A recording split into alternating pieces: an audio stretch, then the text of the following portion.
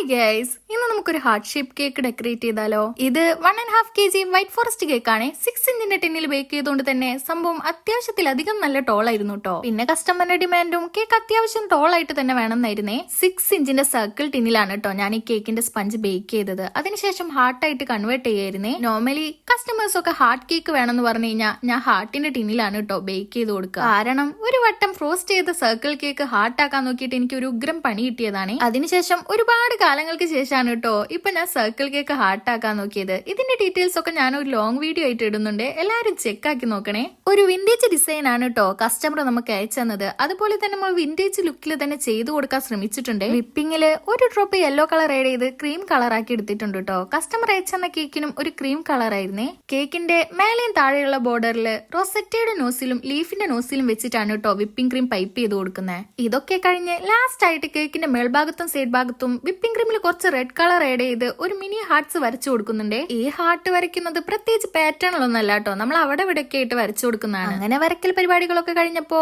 നമ്മൾ topper set ആക്കി കൊടുത്തു. ഇതൊരു ആനിവേഴ്സറി കേക്കാണ്. എല്ലാവർക്കും ഈ കേക്ക് ഇഷ്ടപ്പെട്ടിട്ടുണ്ടെങ്കിൽ താഴെ കമന്റ് ചെയ്യണേ. ഇനി എന്തെങ്കിലും മിസ്റ്റേക്സ് ഉണ്ടെങ്കിൽ ക്ഷമിച്ചു തരണം. പിന്നെ സജഷൻസ് ഉണ്ടെങ്കിൽ കമന്റ് ബോക്സിൽ കമന്റും ചെയ്യണേ. അങ്ങനെ ഇതാണ് കേട്ടോ നമ്മുടെ കേക്കിന്റെ ഫൈനൽ ലുക്ക്. സബ്സ്ക്രൈബ് ചെയ്യാത്തോട്ട് സബ്സ്ക്രൈബ് ചെയ്ത് സപ്പോർട്ട് ചെയ്യണേ. Thanks for watching.